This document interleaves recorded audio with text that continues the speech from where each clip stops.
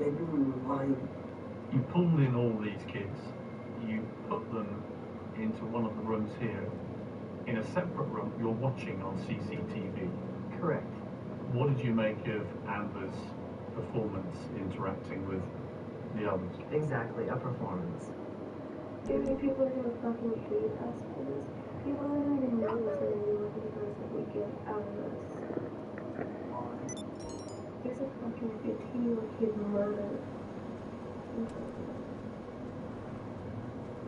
You also think people would be around? You think people think there's those kind of people are supposed to be here?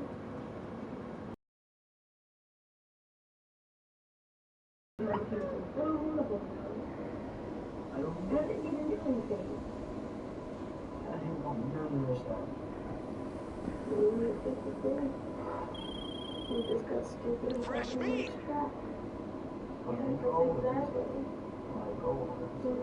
Because he knows he can conquer the enemy. He knows he can. How do you tell somebody you love them and you never leave them or hurt them? And then you do this? And then on top of that, you say, if you tell anyone, I'm going to kill you too. This would have never happened. If it wasn't for my... Amber's whole strategy, it seems to Do what now? Is to blame everybody else. You know, Mike got me into this. He's always controlling me. Yeah. He's always manipulating me. Look what he's done now. Do you buy any of that as a defense? No, I don't buy it. I mean, I believe that she's manipulative. I believe she's diabolical. I believe that she really orchestrated a lot of this.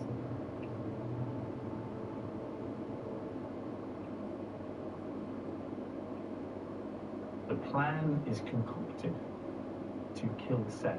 Who is the first person to suggest that? Michael. And how does he suggest it to you? You for... He just didn't straight come out and say anything about Seth, but he came out talking crazy, like, we were all standing there outside. He just came out and was talking about, he has his gun, and he was talking about how much heat it would take for bones to deteriorate, and we were all What up, SK? How you doing? And then whenever he looks at my brother, and No problem. He starts, like, saying, like, he wants us dead, and we're all kind of like, think he's playing around at first, like, really? Like, are you crazy? And then he looked at me and Charlie and he was like, you're gonna get him here. And I was like, I was hesitant. I was telling him no. So in the beginning I was telling him no, like, I'm not doing that, you're crazy. And then it came to he was dead serious, like, he was serious, like. Why did you not try and stop him? I don't know. I don't know.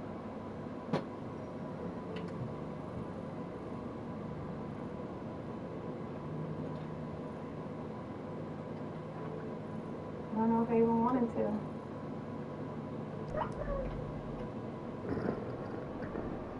Oh yeah, they do, SK. If you're sharing a hotel room with friends, you're also sharing a bathroom, and a mirror, a tiny hairdryer, and an outlet, and a tiny counter. Get an Airbnb and get more space.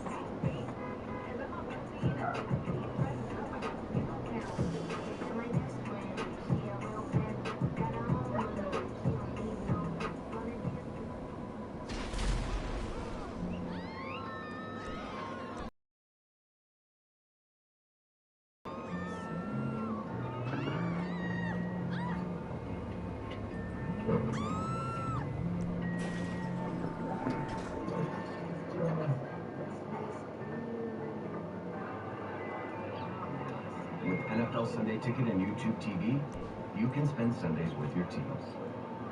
All in one place. Watch every game, every Sunday. This is Steve. Steve takes Voquezna. This is Steve's stomach, where Voquezna can kick some acid, heal acid-related damage to the esophagus called erosive esophagitis, and relieve related heartburn. Voquezna is the first and only Yeah. FDA-approved treatment of its kind. 93% of adults were healed by 2 months. Of those healed, 79% stayed healed. And Voquezna can provide heartburn-free days and nights. Other serious stomach conditions may still exist. Don't take if allergic to Voquezna or while on products with rilpivirine. Voquezna may cause serious side effects, including kidney problems, diarrhea, bone fractures, severe skin reactions, low vitamin B12 or magnesium levels, and stomatitis. Longer jaw time, skin or fever that won't go away. Decreased or bloody urine, Yeah. dizziness, irregular heartbeat, jitteriness, muscle aches or weakness, spasms of hands, feet, or voice. Voquezna can help kick some acid. So can you. Ask your doctor about Voquezna.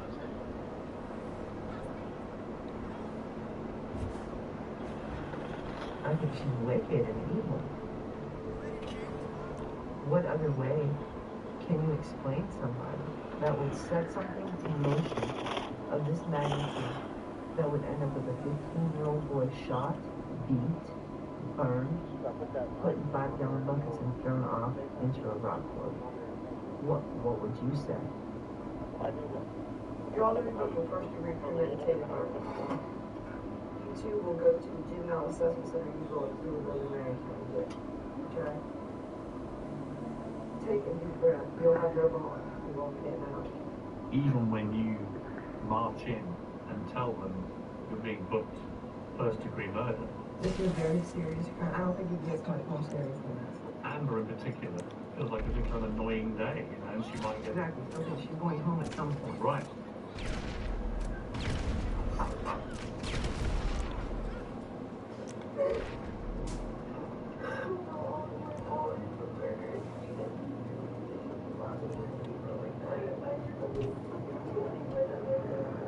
She doesn't seem to realize the enormity of what has happened. Exactly. I don't think the magnitude hit her until much later.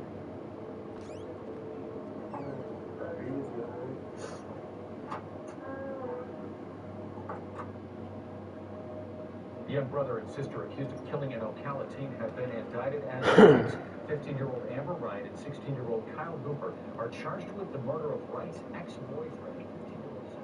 We made the decision to try them as adults based on the heinous nature of how he was tortured and burned and the fact that they were involved in the planning of the murder from the beginning. And that's one of the reasons why we did not make any plea offers. From the beginning, we said these people either deserve the death penalty or life in prison. And we won't make any plea deals because of the facts of this case and how horrible it was. And we didn't. Amber was too young to face the death penalty. Michael Bargo was eligible if found guilty.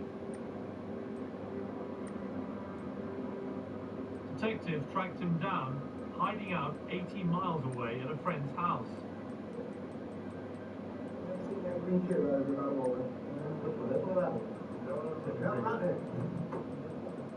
You know why I'm here to talk.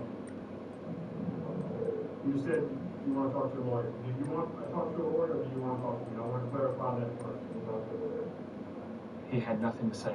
He appeared to have this cold heart, as if he had just crumbled up a piece of paper and thrown it in the trash can with no feelings at all. What the hell is going on? I think you clearly know I can't talk to you about anything. You've already requested your attorney. You lost that opportunity to talk to me. Trying to understand why Seth was killed seems to come down to this question. Is Amber Wright a cold, calculating murderer who manipulated Michael Bargo and the others into killing Seth? Or was she caught in the romantic thrall of a volatile and controlling new boyfriend? 18-year-old Michael Bargo stood before a Marion County judge today. Investigators say he is the alleged shooter and mastermind behind the murder plot. Mr. Bargo, you're charged with first-degree murder. That's a capital offense. Were you in love with Michael? No, it's like I wasn't in love with Michael. I wasn't in his control. I let him control me. It wasn't love. Did you think that if you got rid of Seth, you and Michael could have a relationship without that huge problem all the time in the background? No.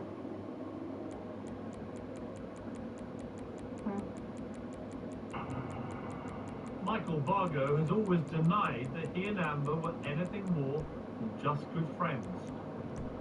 You were sleeping with Amber and dating her at the time. You do have her initials tattooed right in your groin area.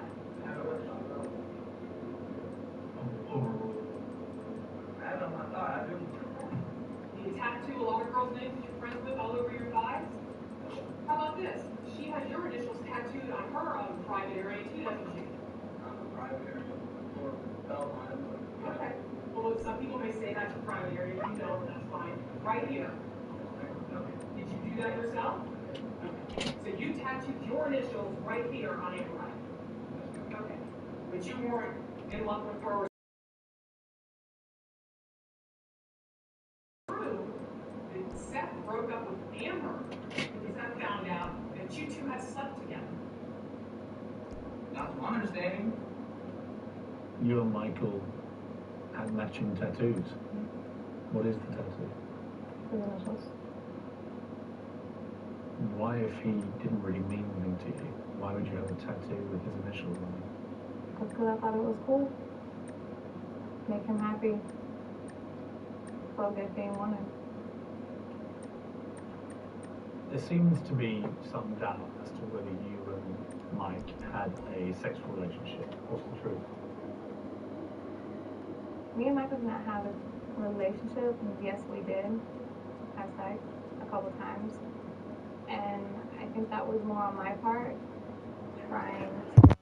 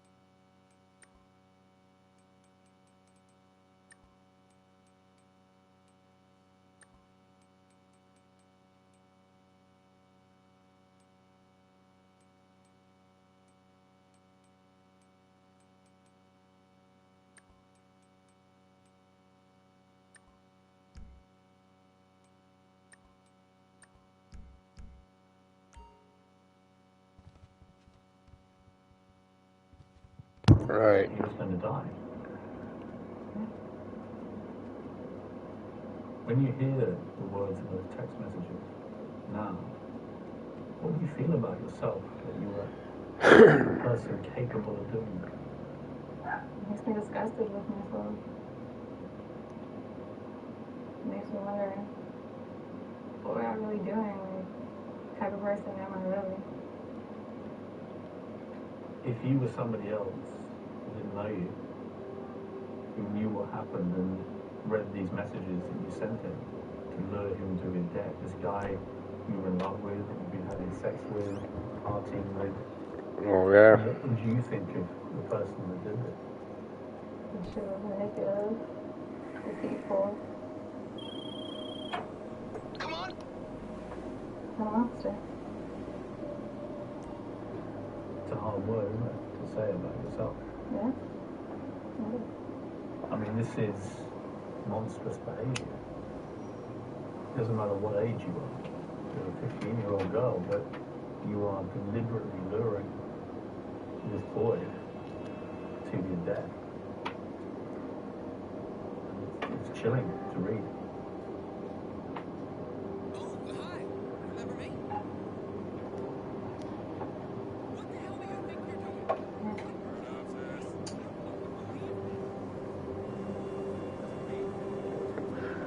Yeah.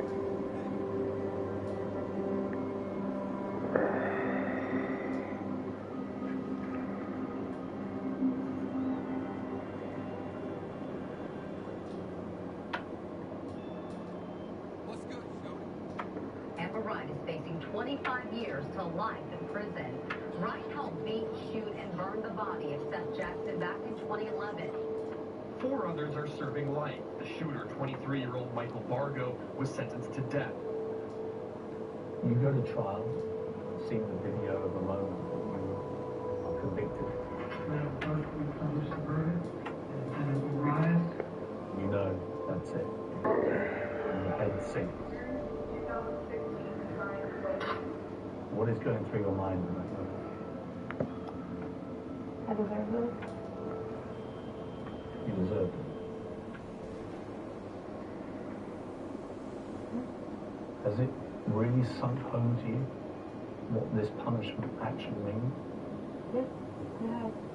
If we want to speak about the truth, I've contemplated suicide. I have. I've told my mom several times. I won't make it that long. I won't. I'm sunk in, I'm here. I'm here for life. I'm not going anywhere. I can't change that. Can't take that back. I can't make them change my life sentence. Just like his mom said, an eye for an eye. Life for life, right? Other co-defendants are serving life sentences. Wright's mother, Tracy, was in tears after the verdict. In that one instant, Tracy, she lost both her children to the justices.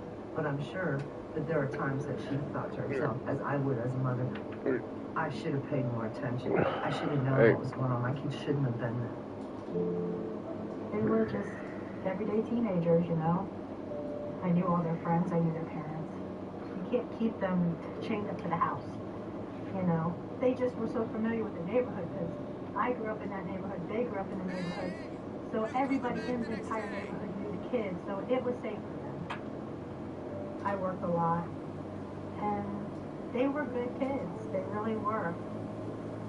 It just took one bad thing to come into their life, you know, to make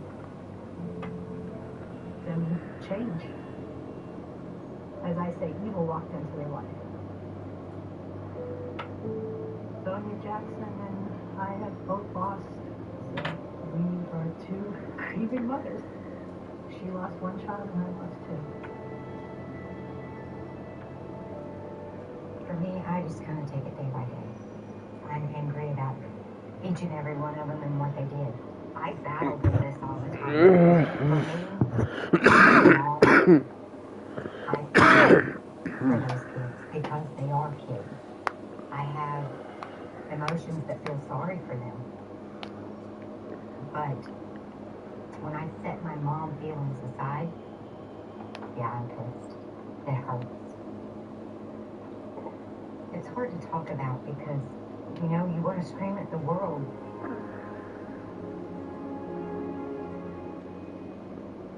I pray for her all the time. If I'm thinking I'm having a bad day, I always revert back to her. You know, her son is the victim of this, and the loss is much greater than mine. Well, that sucks, big movie. I thought, you know, what if she was on the other foot? What if we were the parents that was now going to visit our child in prison because he had done something so horrible? How would we feel? So I've always tried to sympathize. But in that same sense, they can't come visit their kids. Never. Believe me, I think about it every day. She's not sorry. She's sorry she got caught. That's the only thing she's sorry for.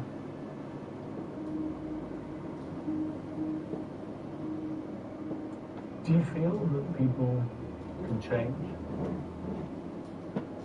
I've only been locked up for 5.5 years, but it's my third prison I've been at. I've been with several older women that have been down 28, 30 years. Women are amazing. People change. People do better. People accept what they've done. And they make it a point to change, and to love, and to grow, and make something of themselves, whether it's in here. When I felt I was accepted, my part, my life, my torment. I've accepted that, but I cannot change that. Is that because you know she, if you hadn't would set over that day, he'd still be alive? She would have still been alive after that night if I wouldn't have been the bait. At the time, you wanted to blame everybody else, led by Michael. Have you had any contact with Michael? No. So, would you like to?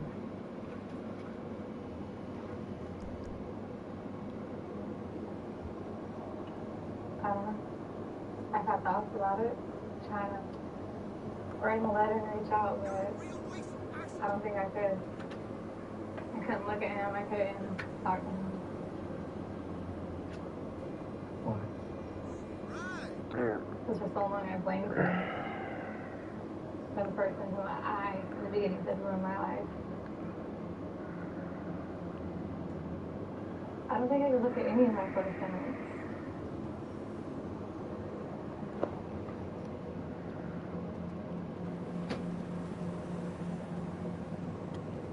Thank you. Thank you. There's no doubt she appears now to understand the enormity of what she did. She appeared to be contrite. Is there anything that she could say to you that would make any difference? To him, I could say no. I know that's his answer. Damn, she'd die. It make me feel that much better. What about you, son? To me, no. It doesn't matter what she says to me. It's not going to make me feel any better. It's not going to bring my son back. Maybe someday I could forgive her. Not today. All right.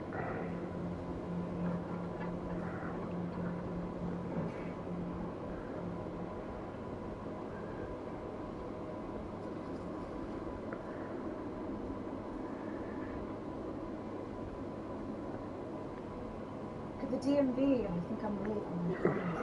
Good thing the General gives you a break with flexible payment options. Let's get you a break while you wait. What is this place? This is our DMVIP. Vending machine charcuterie. For a great low rate, go with the General. I can never party for the next gigs in the country. This year's looking like a never good.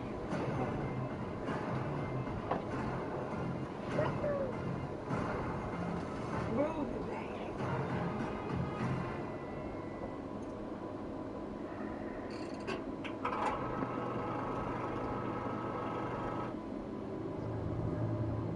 Take her out the picture. Would he still be living? So, seems the main cause. He was gonna go on a date. He just thought he was going on a date. about to go on a date.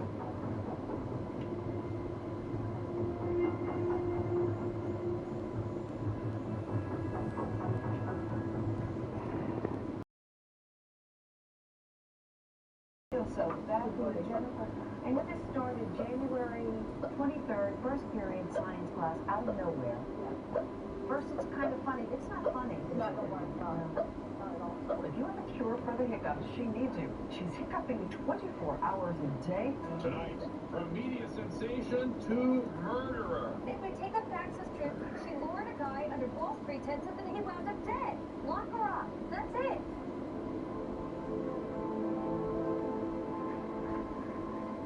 What do you feel like to be called a murderer? And it's like, very soon I get seized back. damn, why did I do what I did? Why did I hang out with the people that I hang out with? Why did I do this and why did I do that? And now I will carry this title for the rest of my life. Well, you'll carry two titles. You know, you were the hiccup girl, and now you're the murderer. I'll never forget when I first came on this compound. I had a lady actually come in. She was like, "Aren't you the hiccup killer?"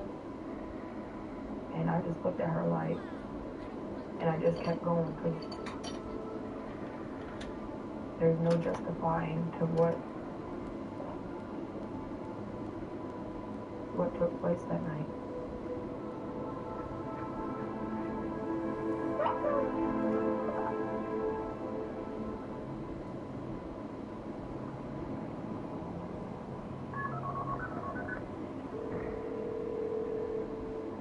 I have a free call from an inmate at Pinellas County Jail. Hi, Mama. Hello, Jennifer. What's going on? I'm in jail. Why are you in jail? From murder in the first degree. Who'd you kill? I ain't killed nobody. Well, then how are they charging you with murder? Because I set everything up. Who are you trying to kill, Jennifer? Nobody. It wasn't even supposed to happen like that, Mom. Mom, I'll call you when I can because I gotta go. Mom, you're trying to make visitation, please. Rachel, I'm sure I love you. I love you too, Mom. We're learning now more about the murder arrest of the Florida teenager who gained fame for her persistent case of hiccups. This case can be seen as a tragedy on several levels. Certainly for the family of the victim, also for Jennifer Mee's family. Jennifer Mee's mother seems stunned by the murder charge facing her daughter. Can you tell me what your family's going through right now, ma'am? America was gripped by the unfolding story of the so-called hiccup girl, now charged with murder. That's cool. I was heading to the crime scene with Dave Wazinski, the lead homicide detective on the case, and one of the first to arrive here that night. The victim was 22-year-old Shannon Griffin, a talented high school footballer who had moved here from Mississippi. He thought he was going on a date with Jennifer, but she and her accomplices had other ideas. When you got here, what was your gut reaction about what may have happened?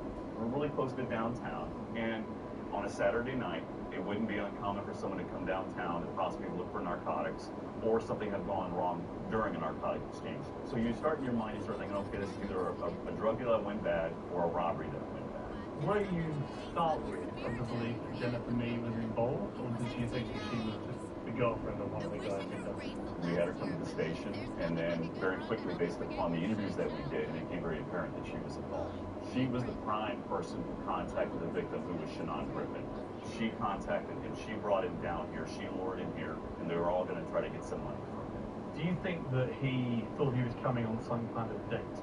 I think he thought he was coming to meet a girl, that it was going to be a social activity, and possibly a small amount of marijuana was going to be sold. But I think based upon the way he was dressed and the conversation that he had with his family before leaving, number one, he was coming to meet a girl. That shouldn't be a death sentence.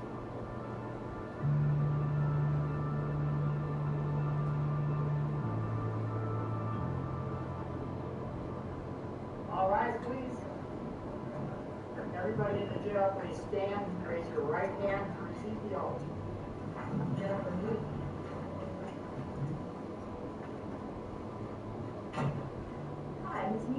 investigation as murder as a first degree. I do find probable cause your bond is currently 0.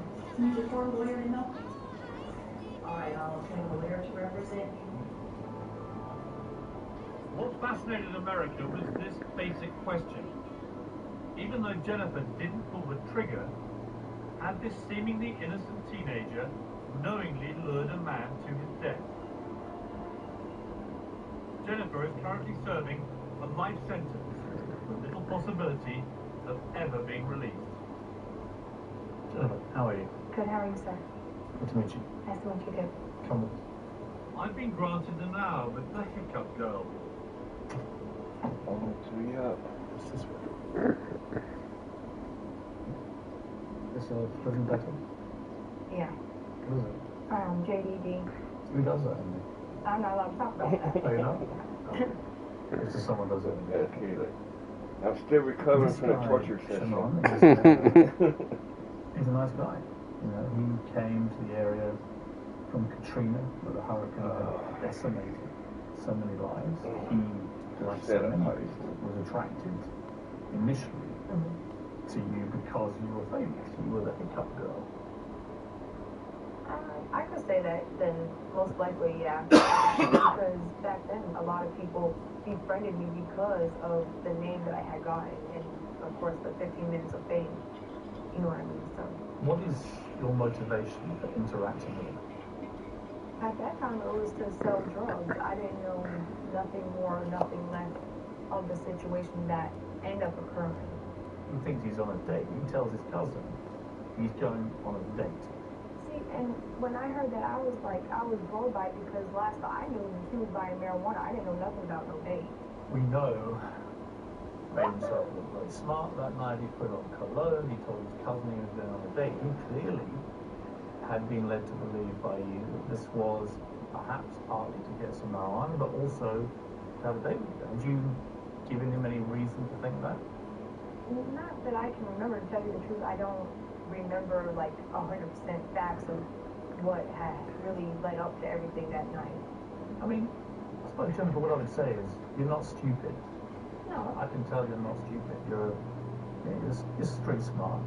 It seems very odd to me that you can't remember such critical parts of this, because obviously the only reason Shannon is dead is because you lured him to a situation where he ends up dying. And so I would have thought that your brain, especially sitting here for the rest of your life, your brain would think all the time about the sequence of events, and yet you seem incredibly vague. Take her out the picture. Will he still be living? So, treat the main car. Can't ever accept her being called a murderer. I know what her conviction was, but I also know who she is as a person. He just took this slowly walking.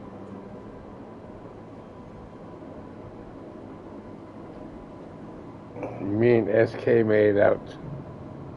Told you set up. On that night, Jennifer Mee had contacted Shannon Griffin for the purposes of bringing him to downtown St. Petersburg so that they could conduct a drug transaction. Part of that conversation would have possibly included a date with Jennifer Mee. Mr. Griffin gets dressed up in new clothes, puts on cologne, rides his motor scooter to the area. He meets with Jennifer Mee in the front alleyway of a house that was for sale. She indicates that the people that can sell them the marijuana are located down the alleyway. He is confronted by Lamont Newton and Mr. Laron Rayford. They probably asked for his money. A struggle ensued where a gun was pulled. It's obvious there was a pretty good physical struggle that happened. It seems to me that Shannon was winning. That's probably the decision at that point when you're starting to lose a fight. One of the problems with bringing a gun to a fight is then now what do you do?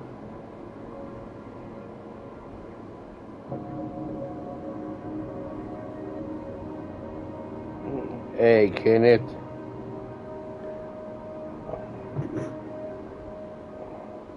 In Florida, days, everyone involved can be charged with murder. Which might explain why Jennifer didn't mention the robbery in her first police interview. Hello, this is Detective Gary Gibson. It's Sunday, 10/24/2010. With me is Jennifer Lee. We're talking about a homicide occurred last night. Who was the aggressor? Yeah, it might be too soon to do that again, SK. Another heist. There's a small cooldown. I'm not sure how long it is, so not too long though.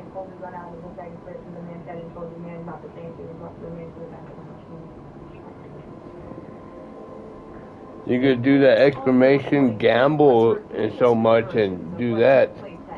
First, she says the shooting was part of a love triangle involving the victim, Shannon Griffin. One of the suspects. Why did you lie? I was afraid. I'm not even gonna lie, I was afraid. When I started thinking about everything, I was like, oh my goodness, I could possibly be going to prison for the rest of my life. Because I know in the state of Florida, if you are charged with, I forget what they call it, principal or something like that, you're just as guilty as the person that has pulled the trigger. I mean, this is an unbelievable moment for a 19-year-old girl, no criminal record. You're with other people who, although they're a bit dodgy, also have no criminal records.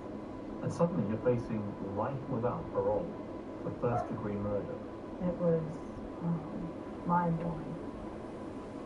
It was mind-blowing because in my mind I was like, how could I be so young and dumb and naive to fall into a trap so easily, so to speak? Why couldn't I ever just have stayed home? Why couldn't I have been a good daughter? Why did I Why did I want to do my own thing? Why did I not want to listen?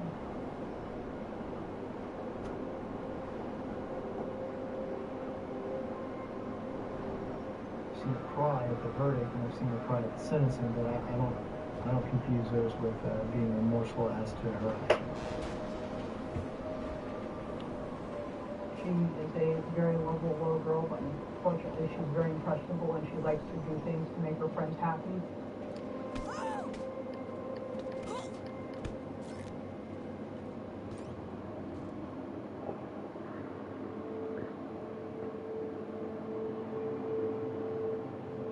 Jennifer's mother and sisters had agreed to meet me.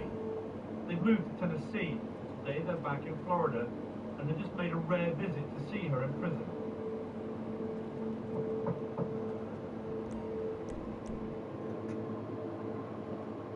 Hi there. Good to see you. Good to see you. Hi there. I'm Piers. Good to see you. Hello. Hello. Oh, you seem very happy. I'm Piers. Good to see you. So you've just been to the prison, I hear, to see Jennifer. How was that for you guys, her little sisters? Emotional. Yeah? Yeah. How often have you actually physically been able to see her? Like 6 times since I leave. It's very hard for her, of course, when you all leave. She cries a lot whenever we leave. What do you feel about what happened to her? Because I feel like she was sentenced too long. In different states, you want to get that long, and different people want to get that much. I mean, you knew her better than most people. Yeah. To lure a guy that she didn't know through social media. She followed what other people wanted her to follow, and if she was by herself or with her family, she wouldn't even do it. She was miserable when she was in this building. She was with her partner. She was just, her friends were her partner. She was just a completely different person. She just acted all big and bad and just tried to stick out.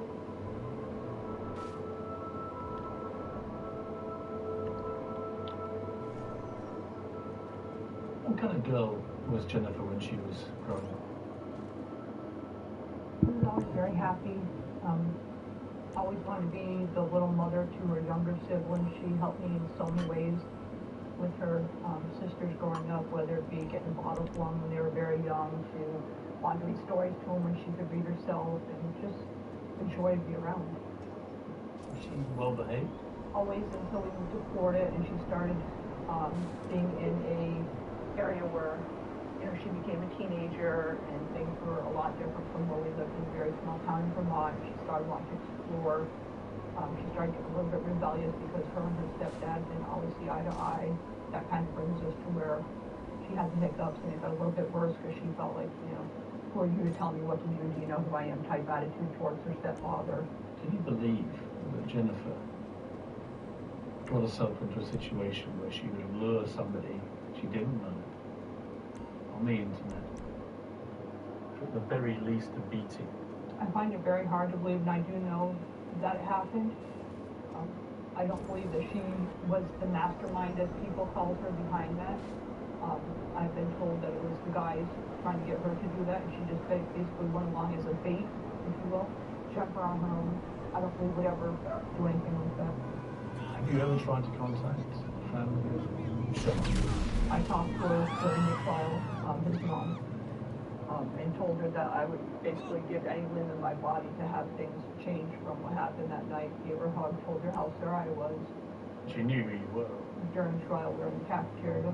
She said anything to you? Just gave me a hug, and really, what can you say?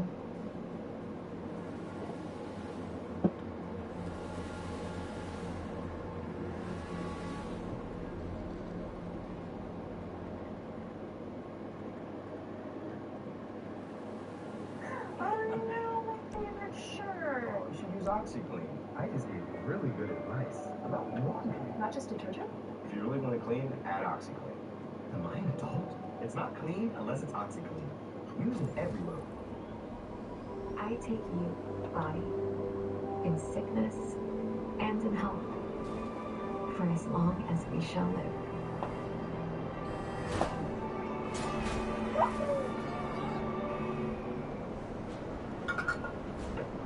Nothing at all. They want somebody that can run it for you, not somebody that is for you. If coach calls your number, you gonna say G56, bingo. How you gonna celebrate a win? You gonna give everybody butterscotch candy? Probably out your pocket with no wrappers on it. So you don't raw candy. That's nasty, by the way. With DraftKings, new customers bet $5 to get $250 instantly in bonus bets and a month of NFL Plus premium. The crown is yours.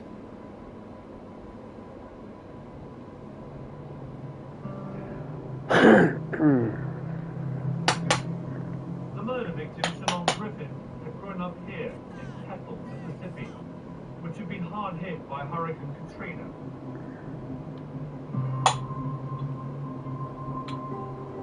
At school, he was passionate about football and was an outstanding player.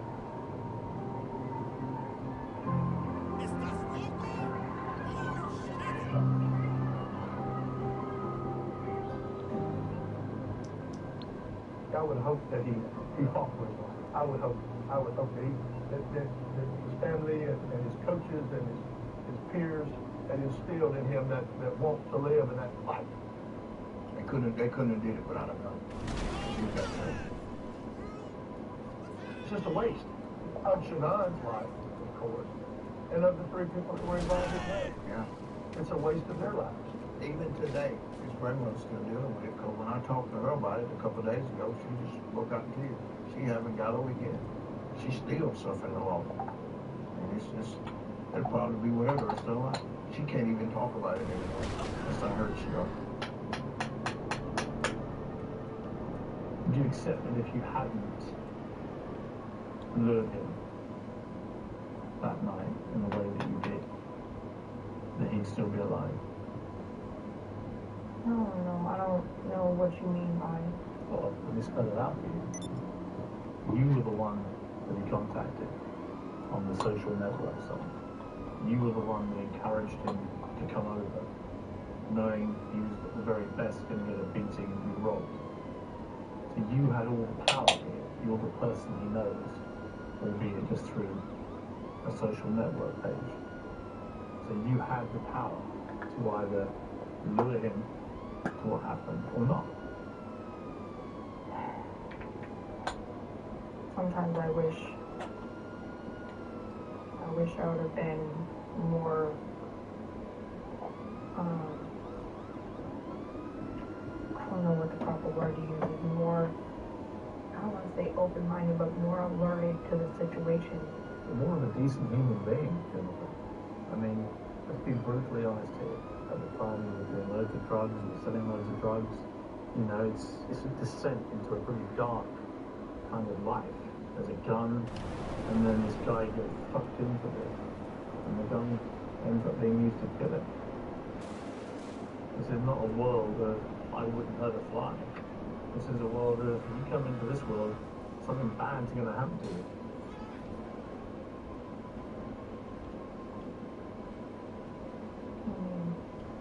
People have their own opinions. It is what it is, but also at the same time, he didn't deserve to die. He didn't. And you know, what I'm trying to get inside is how much responsibility you're prepared to take. That you're serving life without parole. As things stand, you'll never come out of here, right? You've nothing to lose by being completely honest about this. And I hear you saying, I never heard a fly, everybody knows that. And then I also hear you say, yeah, I took this guy over and he was going to get beaten up, he was going to get robbed. That doesn't sit very easily with, I wouldn't hurt a fly. I understand what you're saying, but also in the same perspective of everything is when somebody tells me they want weed. I tell my co-defendant, the one that does deal with the weed, listen, somebody wants weed. Okay, tell him, don't know, is I have the weed. Tell him I have the weed and we'll meet. Okay, that's what I do. You introduce him to the two guys, and then you disappear. Why do you disappear? Because I thought they were going to just, I don't want to say beat him up, because it was 2 against 1, you know what I mean? Not both of my co-defendants aren't like big guys, you know what I mean? But for one dude, you know what I mean? I thought they could, you know, get what they were going to get from him and then go on about their business. But get that how? By physically dealing with it? Yeah, not, you know, trying to kill him. Because who would want, now this is how I think, why would someone want to kill somebody over whatever, how much, half ounce of weed is what, $55 or something like that, $55 to $60. Why would somebody want to kill somebody over that? I still to this day, I don't understand that. He was killed because he put up a fight with a big guy, he turned him. And he's got these 2 blokes trying to rob him. And so he puts up a fight, and a lot of people would. You know that he's going to get robbed, and you know he's going to get a beating. It's not a massive risk to imagine, particularly if there's a gun in the house, that this could escalate very quickly to something very nasty. I mean, how shocked really could you be? People were asking all the time, they were like, did you know about this gun? I was like, no, I didn't know there was a gun involved until after I got arrested. Right, but you did know that they had a gun? No, I didn't know. I did not know. You told the police that you were aware of the gun a week before? No, after the fact, after everything happened, of course I knew there was a gun because he was shot and killed 3 times. You told the police that you were aware a week before there being a gun around? No, I don't remember that. I don't recall that because I didn't even know. If I knew there was a gun in the house and I lived it, I would have been in fear for my own life. So I don't want to say that I knew weeks prior to all this that there was a gun in the house. No, that's incorrect.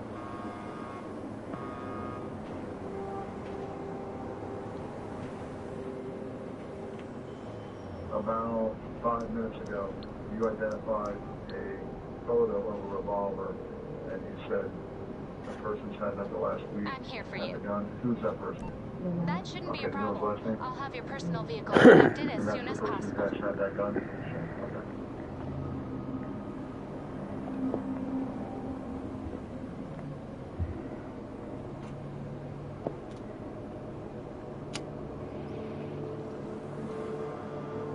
I don't give a damn who.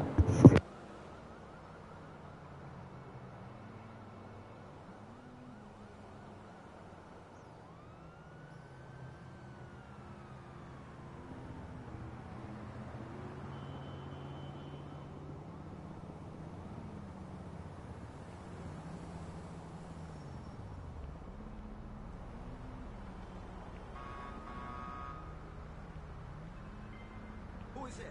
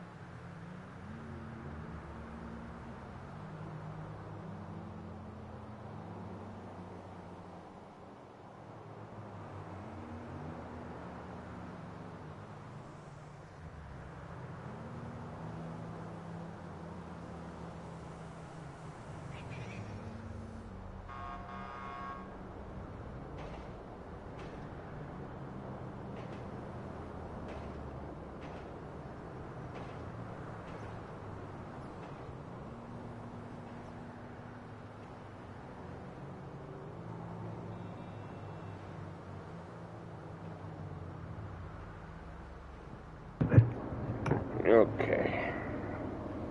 Jennifer, what are you thinking? You're now on the run with two people who just killed someone that you have lured to their death, albeit not thinking they're going to die. You've lured him to be robbed and beaten, and now he's dead. And you're now on the run with the people who shot him dead. I had nowhere to go. I was not going to go back to my mom's house and explain to my mom, oh, well, I'm back home because I'm scared for my life now. I'm not going to put my mom in that predicament or danger when she has 4 other kids. Were you panicking? Yes, I was panicking. I mean, who in their right mind would want to stay with somebody that just killed somebody, not knowing what could be next? Did you sleep with them all that night? I don't even think we slept. I think we were up all night. I was trying to wonder in my head, like, what is going to happen next? What is going to happen? What is going to happen next? Are they going to try to kill me? The police eventually catch her. You're not initially part of the investigation. They don't think you're involved. But you get interviewed. In the process of the interview, you became involved. Right. Why did you offer information at that moment? Believe it or not, when everything was all said and done, we were sitting in the house, LeBron was like, Jennifer, you need to tell them you knew about everything because you're the youngest, you know, you're already famous, you won't get in trouble, so to speak. And I did just that, and here I am now, 6 years later. They thought you'd get off because you were the hiccup girl. Yeah. They thought my 15 minutes of fame would help me in a situation, but it didn't.